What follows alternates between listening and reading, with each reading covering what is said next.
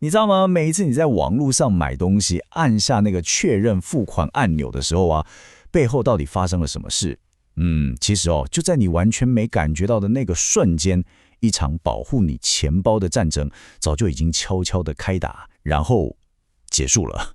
没错，就是这么短的时间，0.1秒。哇，你想想看，这就是一个超先进的 AI，为了保护你的钱，打赢一场看不见的战争所需要的全部时间。好，那接下来我们就一起来深入看看这场战斗啊，究竟是怎么一回事。所以为什么我们说这场0.1秒的战争这么重要呢？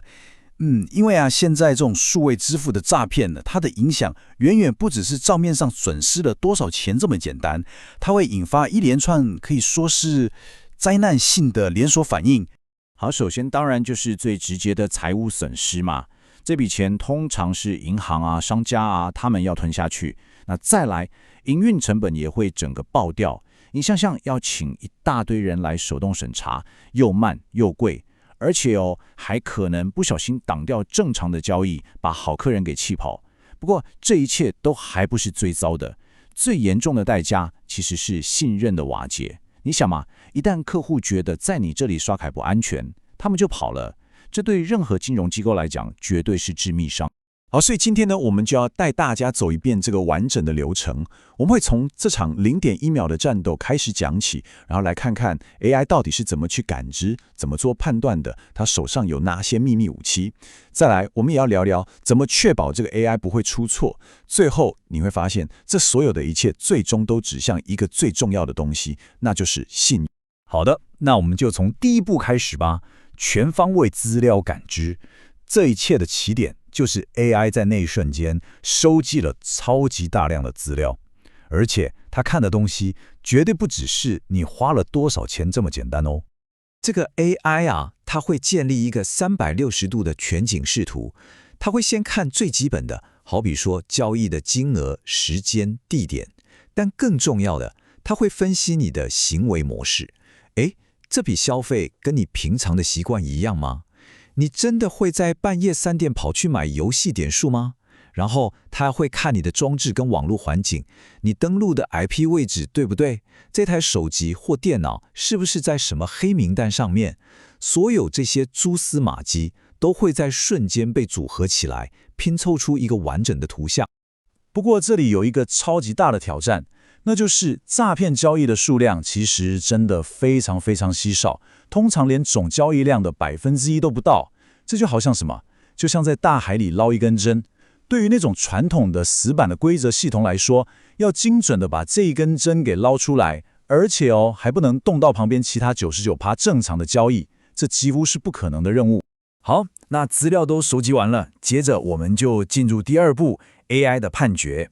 这个时候 AI 会开始分析所有的线索，然后给出一个最终的风险分数。那根据这个分数的高低一笔交易接下来会有3种可能的走向。第一种，如果风险很低，那交易就直接过了，刷一下就成功，你几乎什么都感觉不到。第二种，风险超高，那这笔支付就会立刻被挡下来。如果分数是在中间，不上不下，有点可疑呢，那系统就会启动所谓的3D 验证，这我们就很熟了，就是传一组一次性密码，也就是 OTP 到你的手机，要你再确认一次身份。所以问题来了， AI 到底是怎么做到又快又准的呢？这就要归功于它背后的可以说是一支梦幻队伍了。就像一个足球队，里面有好几个超强的守门员，每个人都有自己独门的秘密武器。我觉得这里最有趣的地方就是看这些不同的 AI 工具是怎么分工合作的。首先有一个叫 XGBoost 的，它就像一个效率超高的分类官，啪啪啪，很快就把交易分成正常或可疑。接着有个叫 LSTM 的，它就像个时间侦探，专门记你过去的交易顺序，所以一旦发现矛盾，比方说你上一秒还在台北，下一秒怎么可能在曼谷刷卡，警报马上就响了。再来还有一个 Isolation Forest， 它是异常猎人，专门把那些看起来怪怪的、长得跟别人不一样的交易给揪出来。最后也是最厉害的一个叫做 GNN 网络分析师， GNN 它的全名是图神经网络，它的思考方式啊，真的就像一个顶尖的侦探。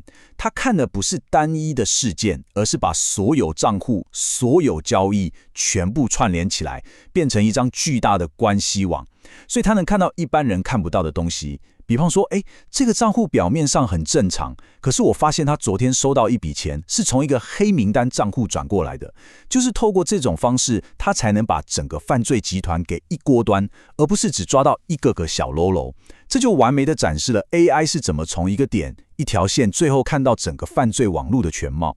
好，那既然我们手上有这么强大的工具，一个很关键的问题就来了，我们要怎么确保这个超级守护者永远是站在我们这边，不会有一天突然失控或是失效了呢？没错，这是一个非常现实的问题。万一诈骗集团的手法升级了呢？毕竟道高一尺，魔高一丈嘛。如果我们家的 AI 还在用旧的资料学习，那它很快就是被新的诈骗手法耍得团团转，完全过时了。这个问题啊，在专业领域有个名字，叫做资料漂移。那解决方法是什么呢？答案就是持续监控。系统会像个哨兵一样，不断地盯着关键的数据。一旦发现，这个 AI 的判断准确率好像下降咯，那就代表敌人的战术变了。这个时候，模型就必须马上用最新的资料重新训练一次，让它永远保持在最佳的战斗状态。当然，还有另一个超级重要的问题，就是隐私。我们在打击犯罪的时候，要怎么保护好我们每个人的个资呢？这里有两个很酷的技术。第一个叫联邦学习，你可以把它想象成这个 AI 就像一个到处巡回的顾问，他去各家银行学习经验跟模式，但是他从来不会把任何客户的原始资料给带走。第二个叫同态加密，这个就更厉害了，它就像是让 AI 戴着一副特殊的手套，在一个锁起来的箱子里整理文件，它能把事情做好，却完全看不到里面的敏感内容。这样一来，就确保了安全跟隐私可以两全其美。好了，我们聊了这么多技术细节，现在让我们回到这一切最核心的问题：为什么这场我们看不见的战争对你、对我都这么重要？因为它最重要守护的是整个数位金融世界里最根本，但同时也最脆弱的一个东西。所以你看这一切最重要的观念转变就在这里。这整套系统让我们对金融安全的想法，从过去那种被动的阻挡已知的威胁，进化到主动去预测那些我们还不知道的风险。也就是说，它不再是等坏事发生了才来补救，而是在坏事可能发生之前，就先一步把它给拦截下来。有一句话，我觉得完美的总结了这一切的意义，那就是这不只是保护了消费者的钱包，更重要的是，它重建了数位金融里面最珍贵的资产，也就是信任。所以说，我们每一次能够顺畅又安心地完成交易，其实都是在为这个信任的体系投下肯定的一票。